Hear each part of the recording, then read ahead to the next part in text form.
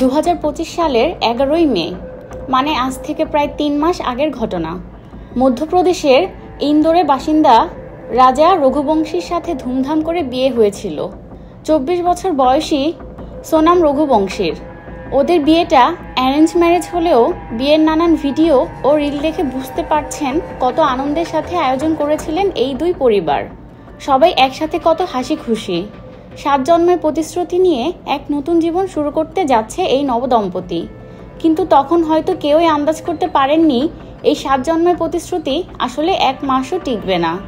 বিয়ের মাত্র 22 দিনের মাথায় মেঘালয়ের পাহাড়ি খাদের এলাকা থেকে পাওয়া যায় রাজা রঘুবংশীর পচাগলা মৃতদেহ। পোস্টমর্টেম রিপোর্ট থেকে জানা যায় মাথায় ধারালো কিছু দিয়ে কুপিয়ে খুন করা হয়েছে তাকে। এদিকে তার সদ্য বিবাহিত স্ত্রী সোনাম তখনও নিখোঁজ। চারিদিকে তন্ন করে খুঁজেও কোথাও তাকে পাওয়া যায়নি। আজকের এই কেস সম্পর্কে এতক্ষণে আশা করি আপনারা অনেক কিছু শুনে ফেলেছেন। ইতোমধ্যে এই কেস নিয়ে গোটা দেশ জুড়ে হইচই শুরু হয়ে গেছে। কিন্তু যে সমস্ত খবরগুলি আপনারা এখন অবধি শুনেছেন সেগুলো খুব অগোছালো, টুকরো টুকরো তথ্য। কিন্তু পুরো ঘটনাটা এর থেকেও অনেক বেশি ভয়ঙ্কর। এই কেসটি শুধু সাধারণ খুনের ঘটনা নয়, এই কেসটি আমাদের সমাজে এই যে বিয়ে নামের ইনস্টিটিউশন তার একটা জলজান্ত ডেথ সার্টিফিকেট। এই ঘটনাটা আরও একবার চোখে আঙ্গুল দিয়ে দেখিয়ে দেয় যে বিয়ে এখন আর 7 জন্মের বন্ধন কিংবা সারা জীবনের প্রতিশ্রুতি নয়।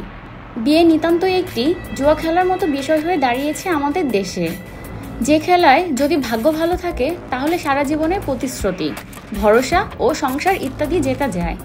কিন্তু যদি ভাগ্য খারাপ থাকে তাহলে হারাতে হয় নিজের সর্বস্ব, এমনকি নিজের জানটুকুও। তাহলে চলুন একদম শুরু থেকে শুরু করা যাক আমাদের আজকের case, Meghalaya honeymoon murder case.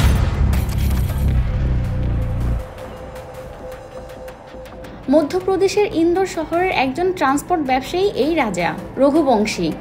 অন্যদিকে সোনাম রঘুবংশীও একজন প্লাইবোর্ড ব্যবসায়ীর মেয়ে।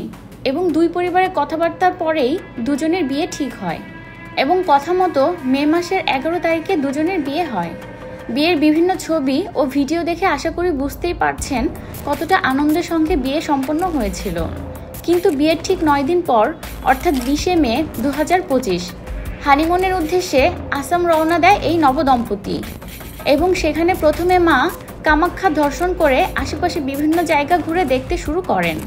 মাঝে মাঝে বাড়িতে ভিডিও কল করেন, তাদের সাথে হেসে খেলে কথা বলে দুজনই।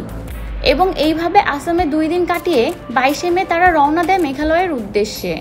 পরের দিন ভোরবেলা, অর্থাৎ 23 মে, তারা গিয়ে পৌঁছায় মেঘালয় শিলং।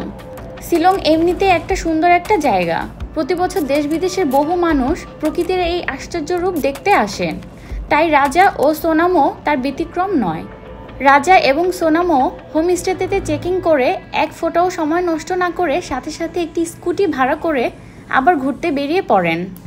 এবং এখানে সিসিটিভি ক্যামেরায় শেষবারের মতো দেখা গিয়েছিল তাদের। তারপর থেকে আর তাদের কোনো খোঁজ পাওয়া যায়নি। দুজনেরই ফোন সুইচ অফ। বেলা গড়িয়ে সন্ধ্যা নেমে আসে, কিন্তু রাজা কিংবা সোনাম কারোরই কোনো খোঁজ পাওয়া যায় না। এদিকে রাজার বাড়ির লোকজন ছেলের সঙ্গে যোগাযোগ করতে না পেরে খুব চিন্তায় পড়ে যায়।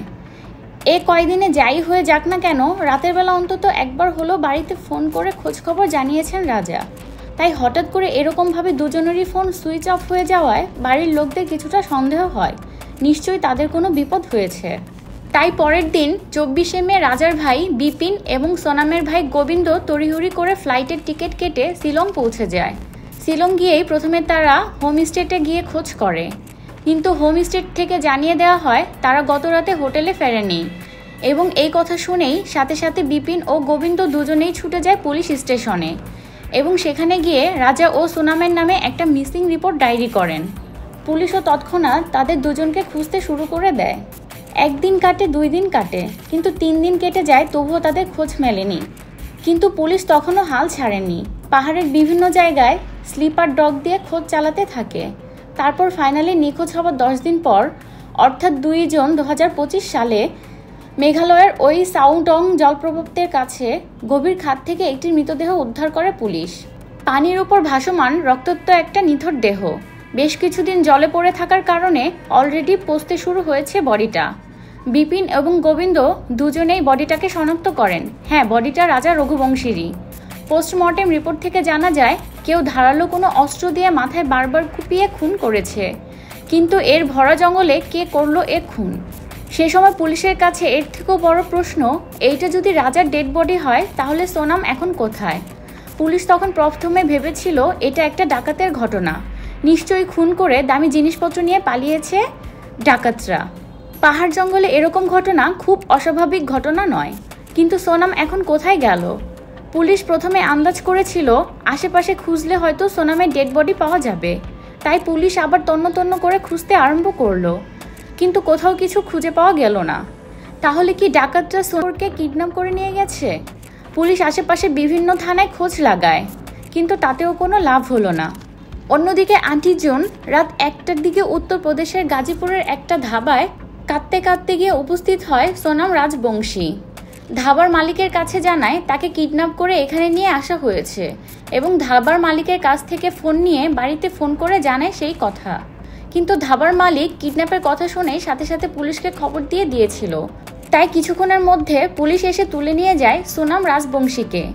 এরপর শুরু হয় জিজ্ঞাসাবাদ, এবং জিজ্ঞাসাবাদে সোনাম এমন কিছু ভয়ঙ্কর সত্যি কথা পুলিশকে জানায় যা শুনে পুলিশও তাজ্জব হয়ে বসে পড়ে।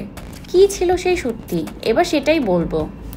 23শে মে হোম স্টেট থেকে বেরিয়ে যাওয়ার পর একটি স্কুটি করে ঘুরতে বেরিয়েছিলেন রাজা এবং সোনাম। প্রথমে তারা স্কুটি নিয়ে ঘণ্টাখানেক এদিক ওদিক ঘোরাফেরা করেন। তারপর দুজনেই ডিসাইড করেন পায়ে হেঁটে পাহাড়ের সৌন্দর্য উপভোগ করতে করতে বিভিন্ন জলপ্রপাত এবং নদী এগুলো ঘুরে দেখবে। প্ল্যান মাফিক দুজনেই পাহাড়ের নির্জন রাস্তা ধরে হাঁটতে শুরু করেন। এখানে একটা জিনিস বলে দেওয়া ভালো, সাধারণত পাহাড়ি রাস্তায় ঘুরতে গেলে একজন গাইডকে সঙ্গে করে নিয়ে যেতে হয়, নইলে হারিয়ে যাওয়ার সম্ভাবনা থাকে। কিন্তু রাজা ও সোনাম তাদের সাথে কোনো গাইডকে নিয়ে যায়নি। ঘড়িতে তখন সকাল 10টা। হাঁটতে হাঁটতে রাজা ও সোনাম এসে পৌঁছায় ডাবল ডেকারের নিচে একটা নির্জন জায়গায়।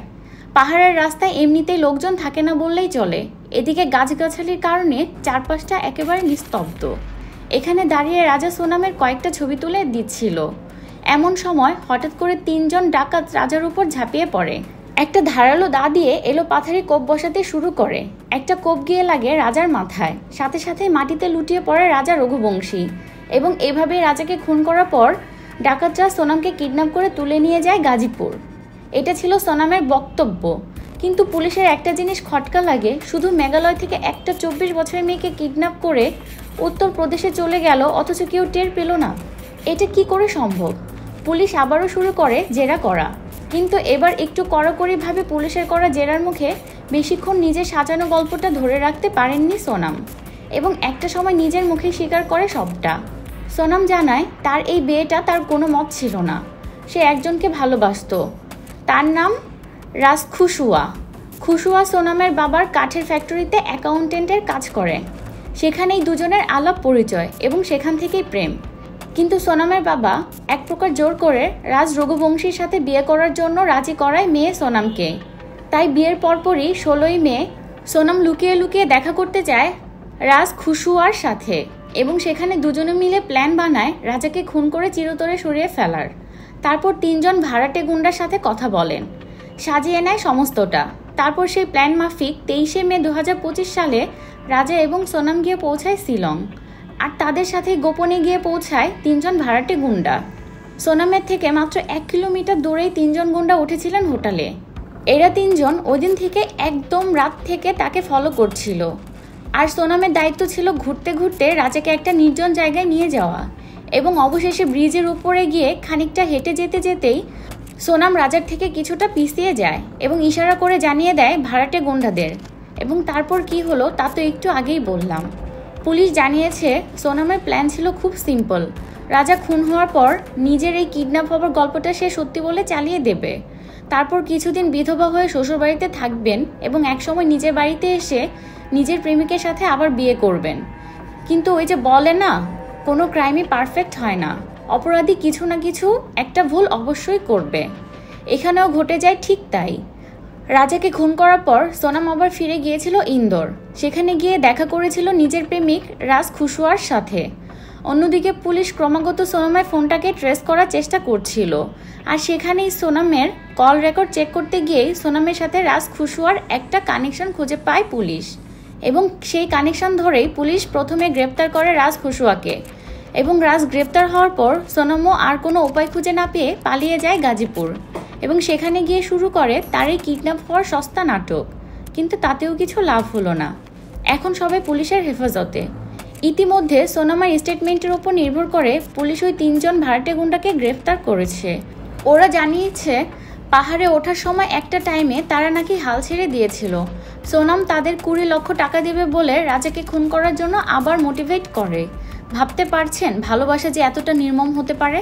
সোনাম চাইলেই কিন্তু পারতো এই বিয়েটাকে সম্পূর্ণভাবে ভেঙে দিতে। সোনাম চাইলেই পারতো তার প্রেমিকের সাথে পালিয়ে যেতে।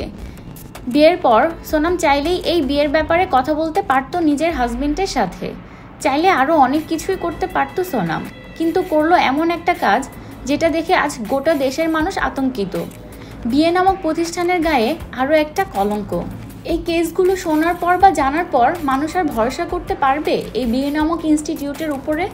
এর উত্তর আমাদের জানা নেই। যাই হোক, কেসটার তদন্ত এখনও চলছে। প্রত্যেক মুহূর্তে কিছু না কিছু নতুন উঠে আসছে এই কেসে। রাজা রঘুবংশের পরিবার ইতোমধ্যে জানিয়ে দিয়েছেন প্রায় 10 লাখ টাকা সোনার গহনা যেটা বিয়েতে উপহার হিসেবে পেয়েছিল সেটাও এখনও মিসিং। পুলিশ আন্দাজ করছে ওই গয়নাগুলো দিয়ে গুন্ডাদেরকে ভাড়া করেছিল সোনাম। এরকম নানা আপডেট আরও উঠে আসছে। ভিডিওটা পাবলিশ হতে হতে আশা করি আরও অনেকগুলো তথ্য আমাদের কাছে আসবে। কিন্তু আমাদের এবার এটাই দেখা অপরাধীদের কি বিচার হয়, কারণ এটা শুধু একটা সাধারণ খুনের ঘটনা নয়, এটা বিয়ে নামক প্রতিষ্ঠানের উপর একটা কালো ছায়ার মতন।